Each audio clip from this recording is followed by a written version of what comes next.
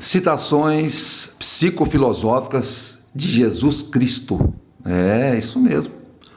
Hoje temos aqui conosco, para meditarmos e propor uma humilde análise, um convidado muito especial, o mais especial de todos os convidados do mundo inteiro e de toda a galáxia. Estará presente aqui conosco em espírito e em toda a luz que lhe compete e sabemos ter. Estamos falando de nosso Senhor Jesus Cristo. É isso mesmo, Jesus Cristo. Vamos propor aqui, dentro de nossa humilde capacidade, uma limitada análise filosófica, psicológica e terapêutica de algumas de suas poderosas falas em tantas de suas divinas passagens. Lembrando, porém, que embora cristão que sou, não professo religião alguma e nem aqui seria lugar para isso, para esse tipo de discussão do universo religioso. Contudo, creio eu, como psicólogo, que religiosidade e espiritualidade, que são coisas completamente diferentes, tanto pessoal quanto coletiva, tenham sim um importantíssimo papel na construção e condução do indivíduo em sua vida pessoal e psicossocial. Não há como, nem deveria haver, negar a importância e influência das religiões e seus respectivos dogmas na elaboração do psiquismo coletivo.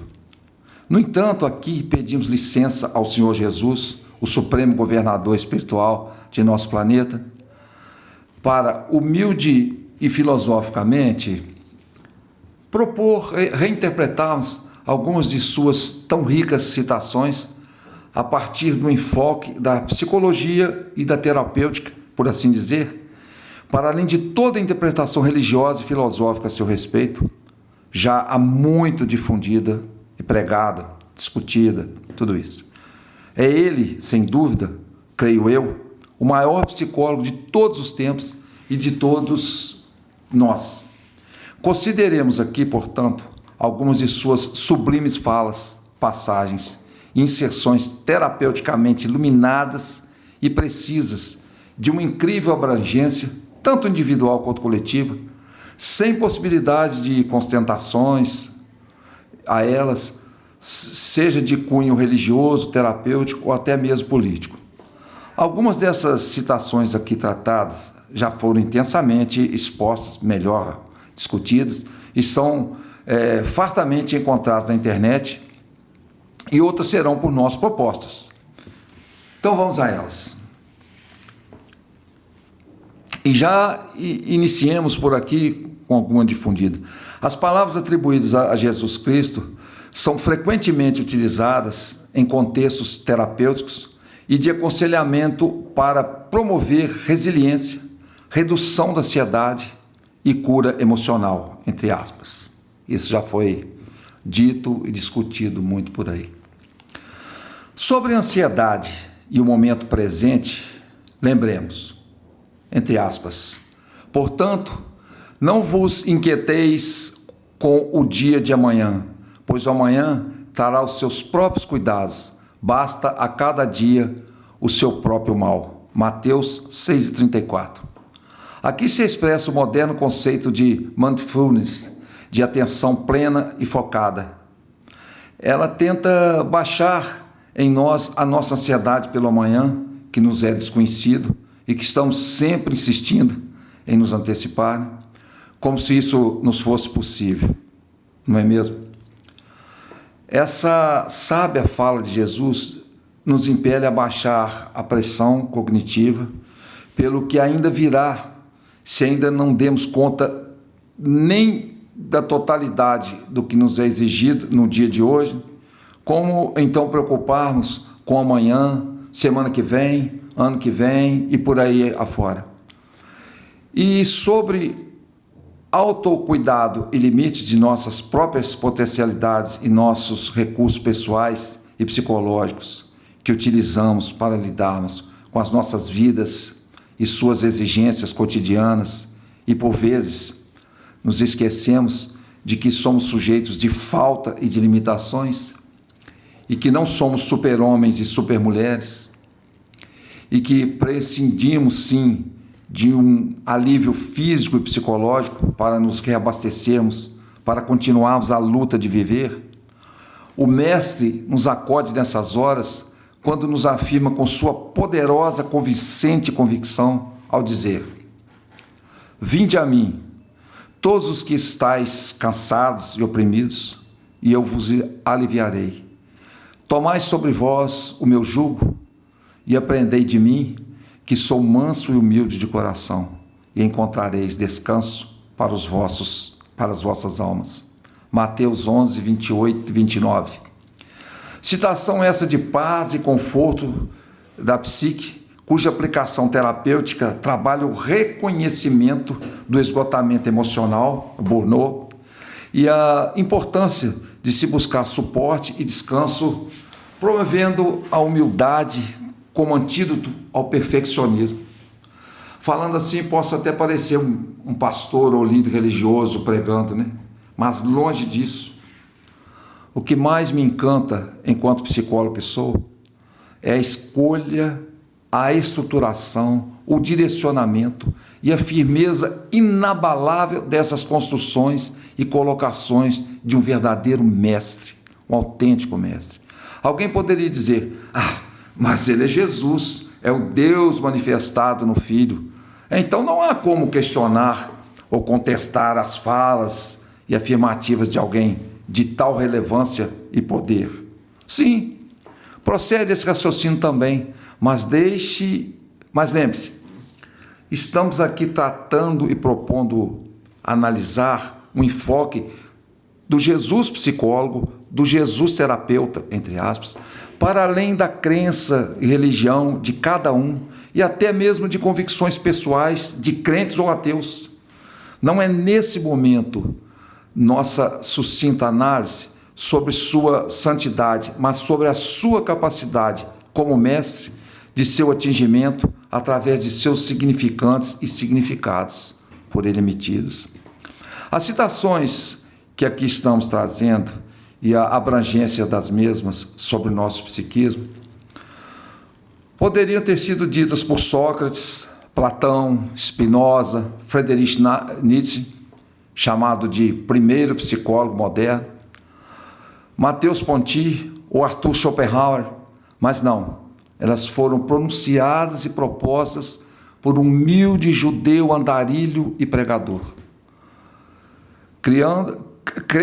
Crendo você ou não, ser ele o Messias e o primogênito do Criador. Sócrates nos forneceu o primeiro princípio autoterapêutico quando nos suscitou um exercício de autoanálise ao nos propor: conhece-te a ti mesmo. Platão nos propôs a alma tripartida, razão, espírito e apetite, onde apetite seriam os desejos instintivos, necessidades biológicas, o corpo, sugerindo que o conflito interno entre essas três instâncias e esses três desejos molda o comportamento humano.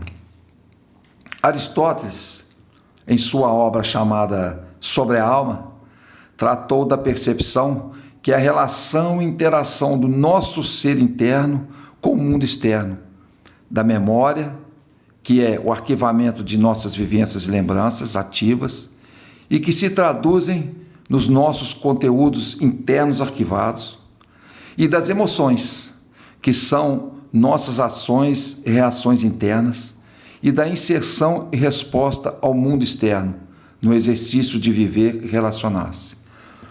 Spinoza focou intensamente na geometria dos afetos, que propõe, entre outros, que toda a nossa psicologia derivaria da combinação de desejo, que ele chama de conatos, consciente, que do latim significa esforço e impulso, que seria a força fundamental que definiria a essência de cada ser. Alegria, aumento de potência, e tristeza, diminuição da potência.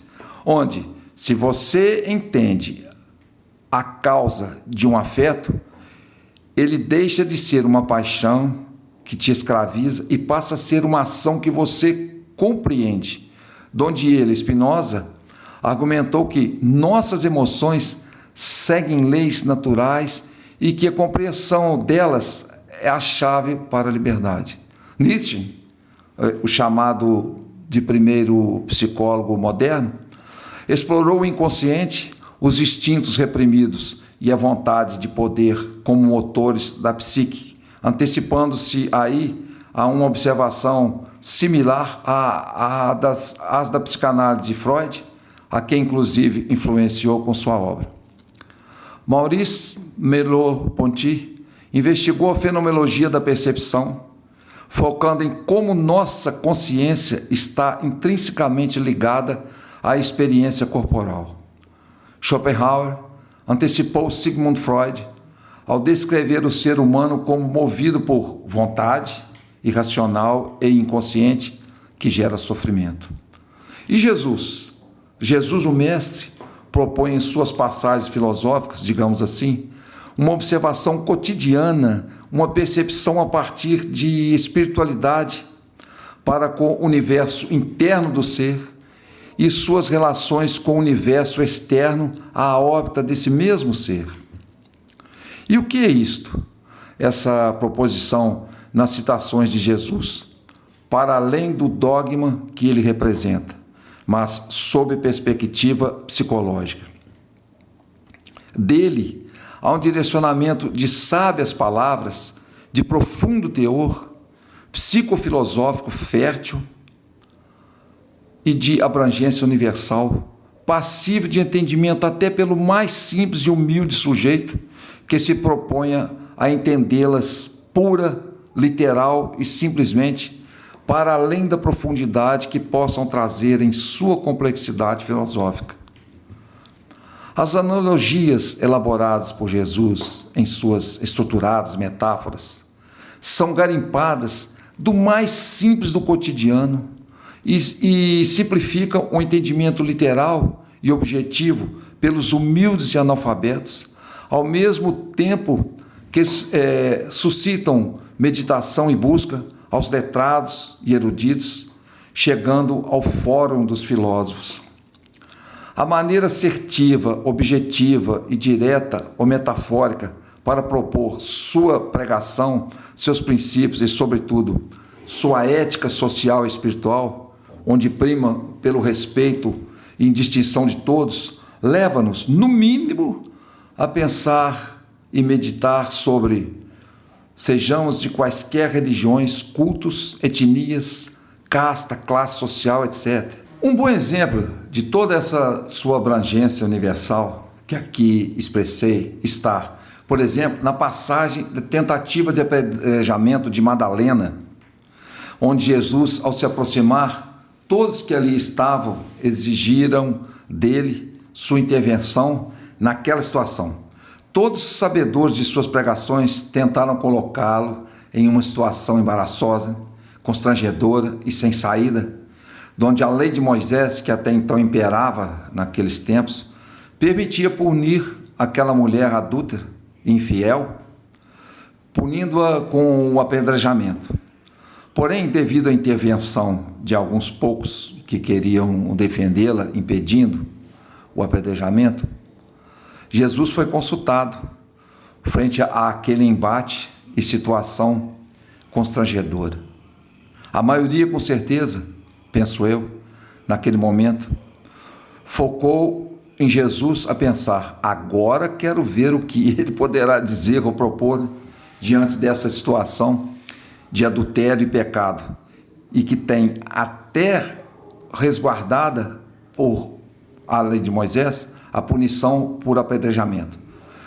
Se fosse a favor daquela punição, algumas de suas pregações cairiam por terra, porque ele próprio estaria condenando e punindo uma pessoa entre as quais pregava perdoar e salvar de seus pecados. Se fosse contra, estaria desrespeitando a lei de Moisés e a tradição secular de se punir daquela forma as adúlteras.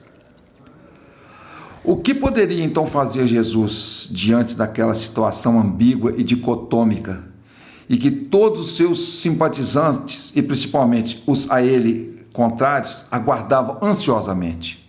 E foi justamente nesse ponto, o ansiosamente, penso eu, que Jesus sabiamente tratou dessa ansiedade, onde reza a lenda que, pegando uma varinha, pôs-se calmamente a rabiscar o chão, em sua mente elevando ainda mais a ansiedade de todos presentes, imagino eu, que desesperadamente clamavam pelo anúncio de sua decisão, mas que, com o passar daquele instante de fúria, começaram a baixar os ânimos e a inquietude inicial.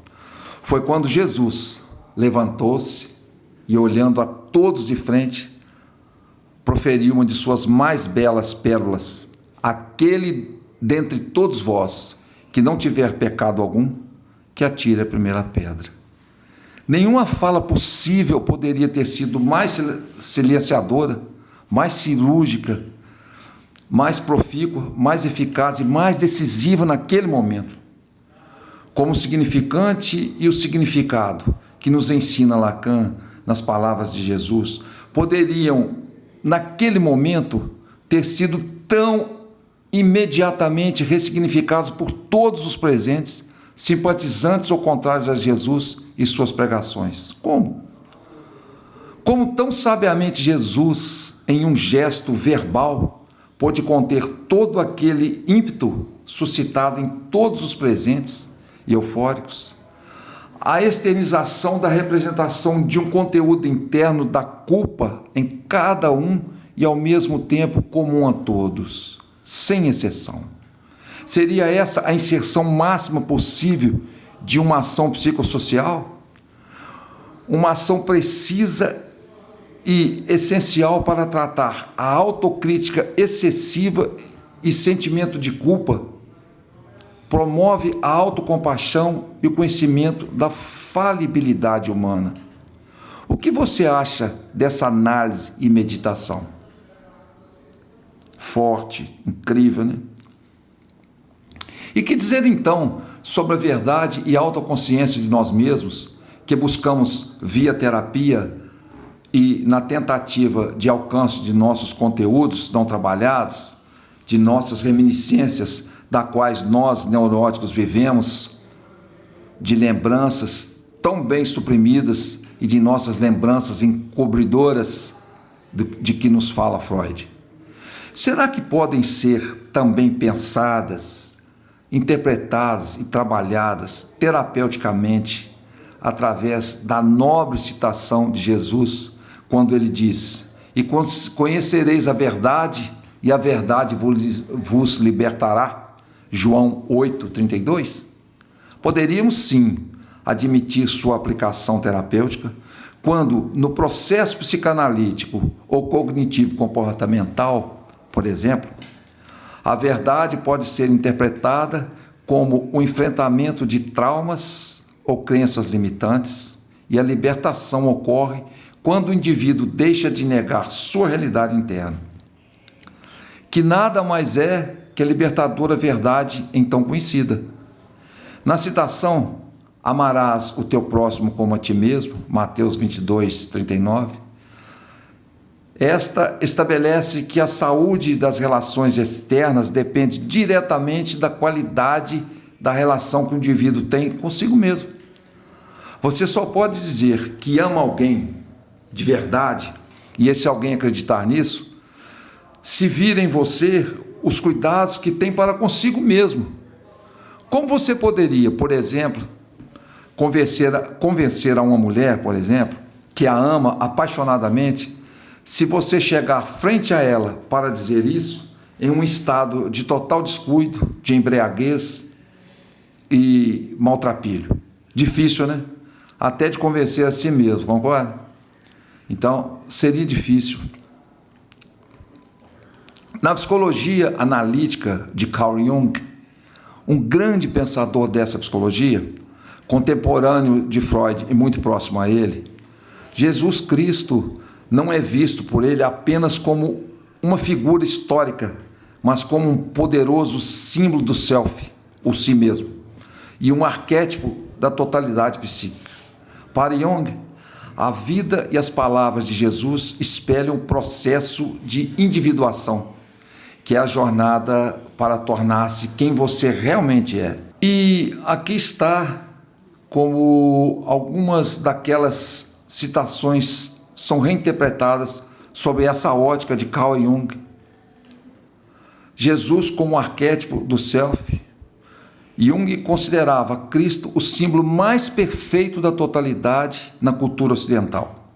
A criação Eu e o Pai Somos Um, na citação Eu e o Pai Somos Um, lida na clínica junguiana como a integração entre o ego, a consciência, e o self, o centro divino transcendente da psique. O reino de Deus, como o mundo interior, Jesus afirmou que o reino de Deus está dentro de nós. E Jung, então, utiliza essa premissa para validar a importância da vida subjetiva, dos sonhos e das imagens internas.